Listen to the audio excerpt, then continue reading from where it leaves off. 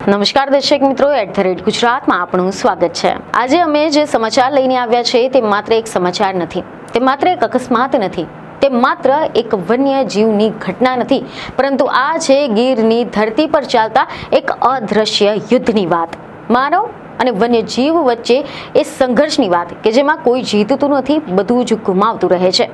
આજની ખબર છે ગીરની ધરતી પર ચાલી રહેલા એક મૌન સંઘર્ષની, માનવ અને વન્ય જીવન વચ્ચે એ સંઘર્ષની કે જેમાં ક્યારેક એક ગામના બાળકનો ભોગ બન્યો છે તો ક્યારેક જંગલને બચાવવા માટે ઉભેલો રક્ષક જ પોતે જીવ ગુમાવે છે। ગીર એટલે એશિયાઈ સિંહોનું એકમાત્ર આશ્રય સ્થાન, ગૌરવ, પર્યાવરણ સંરક્ષણનું પ્રતીક। પરંતુ આ જ ગીરમાં છેલ્લા ઘણા બધા દિવસોમાં બે એવી કરુણ ઘટનાઓ બની છે કે જેના કારણે સમગ્ર ગુજરાત હચમચી ગયું છે। એક તરફ એક 4 વર્ષનો નિર્દોષ બાળક, તો બીજી તરફ 30 વર્ષનો યુવાન વનકર્મી। આ બંનેના મોતની વચ્ચે માત્ર થોડાક જ કલાકોનું અંતર અને કારણ એક જ, સિંહણ। આજે અમે વાત કરીશું એવા દિવસની કે જ્યાં એક જ દિવસે સિંહણે એક બાળકનો જીવ લઈ લીધો અને એના પછી એ જ સિંહણને પકડવાની કોશિશમાં એક યુવાન વનકર્મીએ પોતાનો જીવ ગુમાવ્યો છે। 4 વર્ષનું બાળક અને 30 વર્ષના ટ્રેકર, એક ખેતર, એક જંગલની સરહદ અને વચ્ચે તુવેરના ઊંચા અને ઘટાટોપ છોડ। પ્રશ્ન એ નથી કે સિંહણે હુમલો કેમ કર્યો, મોટો પ્રશ્ન એ છે કે શું આ ઘટનાને આપણે ટાળી શક્યા હોત? શું રેસ્ક્યુ ઓપરેશનમાં ક્યાંક ગંભીર ભૂલ થઈ ગઈ હશે?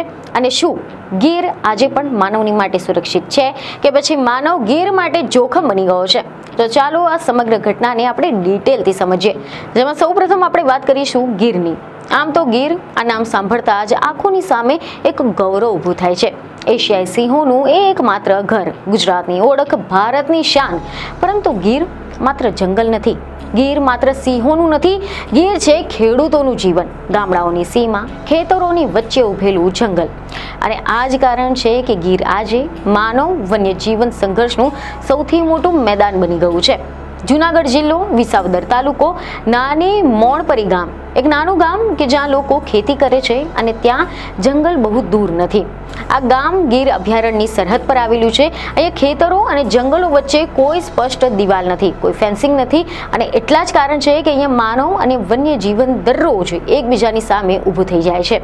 ક્યારેક સિંહો ખેતરમાં આવી જાય છે તો ક્યારેક માણસ જંગલમાં જતો રહે છે। પરંતુ 4 જાન્યુઆરી 2026નો એ દિવસ આ ગામ માટે એક સામાન્ય દિવસ ન હતો।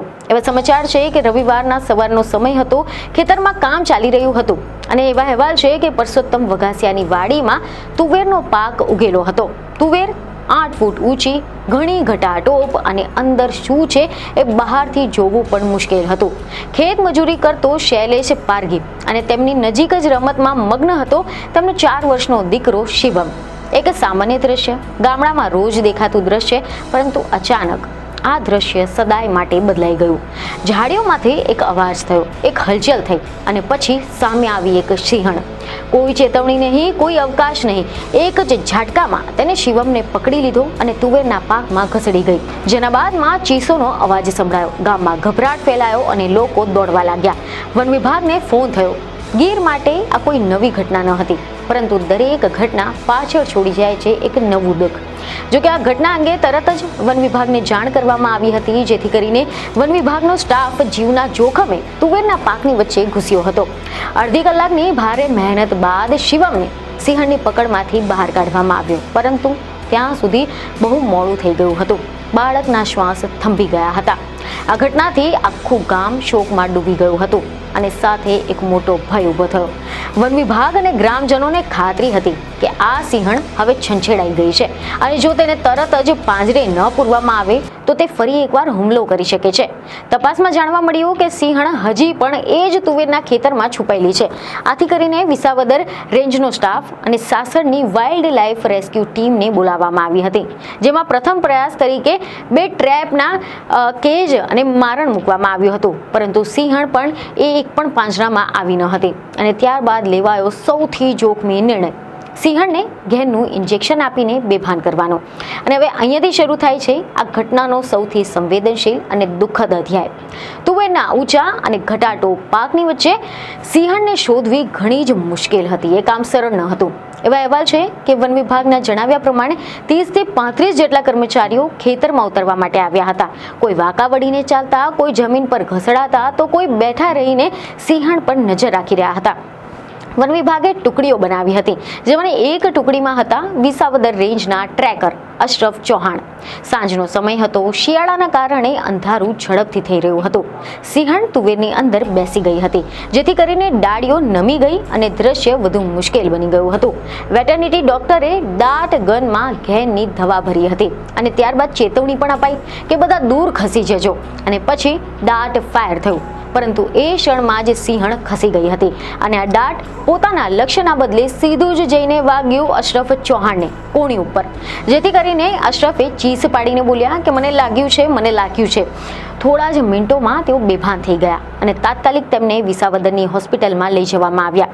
પરંતુ ત્યાંથી જૂનાગઢ સિવિલ હોસ્પિટલમાં ખસેડાયા અને સોમવારે વહેલી સવારે 30 વર્ષનો આ યુવાન મોત સામે હારી ગયો હતો. અશરફ ચૌહાણ એક નામ નહીં, એક પરિવારની આશા હતી. રાજપરા ગામના વતની હતા. 4 ભાઈ બહેનોમાં બીજા નંબરના હતા. ખેડૂત પરિવારના હતા અને 1.5 વર્ષ પહેલા જ વન વિભાગમાં ટ્રેકર તરીકે જોડાયા હતા. તેમના પત્ની ગર્ભવતી હતા. તેમની 3 વર્ષની દીકરી પણ છે. વન વિભાગની નોકરી જોખમી પરંતુ ગર્વભરી છે. સિંહો પર નજર રાખવી, માનવ અને સિંહ સંઘર્ષ અટકાવવો અને જરૂર પડે ત્યારે જીવના જોખમે રેસ્ક્યુ કરવું, આ જ ફરજ બજાવતા અશરફે પોતાનો જીવ ગુમાવ્યો. આ ઘટનાના પગલે વિસાવદર પોલીસ સ્ટેશનમાં અકસ્માતે મોતનો ગુનો નોંધાયો છે. પરિવાર તરફથી કોઈ પણ શંકા કે ફરિયાદ દાખલ નથી કરવામાં આવી. પોલીસનું કહેવું છે કે જો તપાસમાં બેદરકારી સાબિત થશે તો આગળની કાર્યવાહી થશે. પરંતુ આ ઘટનાને ઘણા બધા મોટા સવાલો પણ ઉઠાવ્યા છે. શું આ ઘટાટો પાકમાં આવું રેસ્ક્યુ કાર્યવાહી કરવી એ યોગ્ય હતી? શું સુરક્ષા વ્યવસ્થા પૂરતી હતી? શું ટ્રેકરો માટે પર્યાપ્ત તાલીમ અને સાધનો ઉપલબ્ધ હોય છે? અને સૌથી મોટો પ્રશ્ન, માનવ અને વન્ય જીવન વચ્ચે આજે વધી રહેલા સંઘર્ષ છે, તેનો અંત ક્યારે આવશે? ગીર આજે પણ ગૌરવ છે, પરંતુ ગીર આજે ચેતવણી પણ છે. ચેતવણી એ કે સંરક્ષણની કિંમત ક્યારેક બહુ ભારી પડી શકે છે. આ ઘટનામાં એક બાળક ગયું છે, એક વનકર્મી ગયો છે અને પાછળ રહી ગયા છે પ્રશ્નો, શોક અને એક ખાલીપો. આ છે ગીરની હકીકત કે જ્યાં દરેક રેસ્ક્યુ માત્ર બચાવ નથી હોતું, એક મોટું જોખમ પણ છે. તો હવે આ અંગે તમારું શું કહેવું છે તેમને કોમેન્ટમાં જરૂરથી જણાવો. બીજું એક ખબર સાથે ફરી મળીશું. ધન્યવાદ.